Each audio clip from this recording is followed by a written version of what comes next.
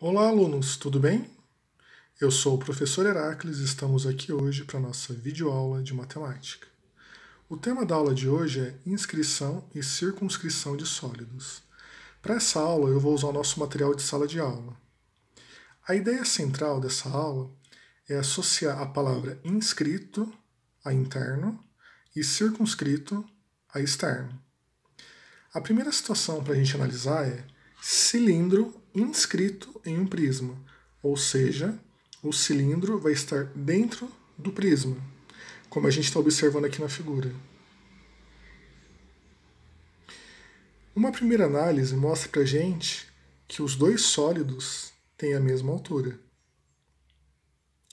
A gente também observa que a superfície lateral do cilindro tangencia todas as faces laterais do prisma. Aqui, tangenciar significa apenas tocar, apenas encostar. Vamos agora para a segunda situação.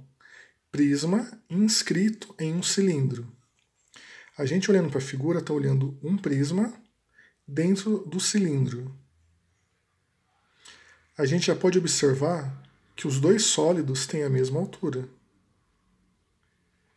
E que a base do cilindro é a circunferência que circunscreve, circunferência circunscrita ao polígono que representa a base do prisma.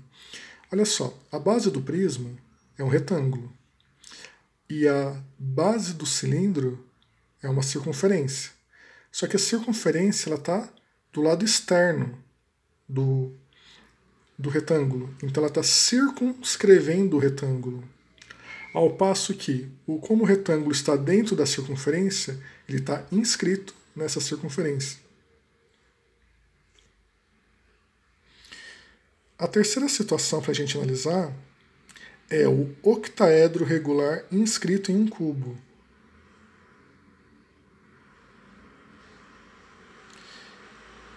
Através dessa imagem, a gente pode observar que a medida da diagonal do octaedro é igual à medida da aresta do cubo. A gente pode imaginar essa diagonal do octaedro como sendo a distância de um vértice até o outro, que está na face oposta do cubo. Então a diagonal, ela parte, por exemplo, da face de cima, ali do vértice, e atinge a face de baixo no outro vértice. Vamos agora analisar a situação em que um cubo fica inscrito em um octaedro regular.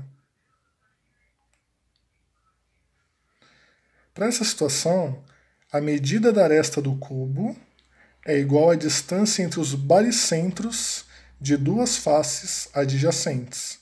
Faces adjacentes são as faces que estão lado a lado. E o baricentro é o encontro das medianas. A quinta situação é a situação em que o cone está inscrito em um cilindro, ou seja, o cone está interior ao cilindro e o cilindro circunscreve o cone. Pela figura a gente tem que os dois sólidos têm a mesma altura. E a base do cone coincide com uma das bases do cilindro. Elas vão ter a mesma medida, elas vão ser exatamente iguais. E seu vértice, ou seja, o vértice do cone, é o centro da outra base.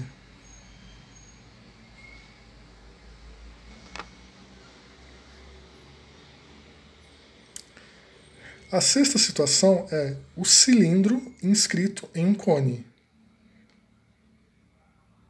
Novamente, o cilindro vai estar interior ao cone, então ele vai estar inscrito, ao passo que o cone do lado de fora do cilindro, ele vai estar circunscrevendo o cilindro. Para essa situação, uma base do cilindro está contida na base do cone, ou seja, a base do cone é circunscrita à base do cilindro e o cilindro está inscrito na base do cone. Pessoal, eu peço que vocês resolvam os exercícios que vão estar constando no plano de aula que será enviado a vocês. Desejo a todos um bom estudo e até a nossa próxima videoaula.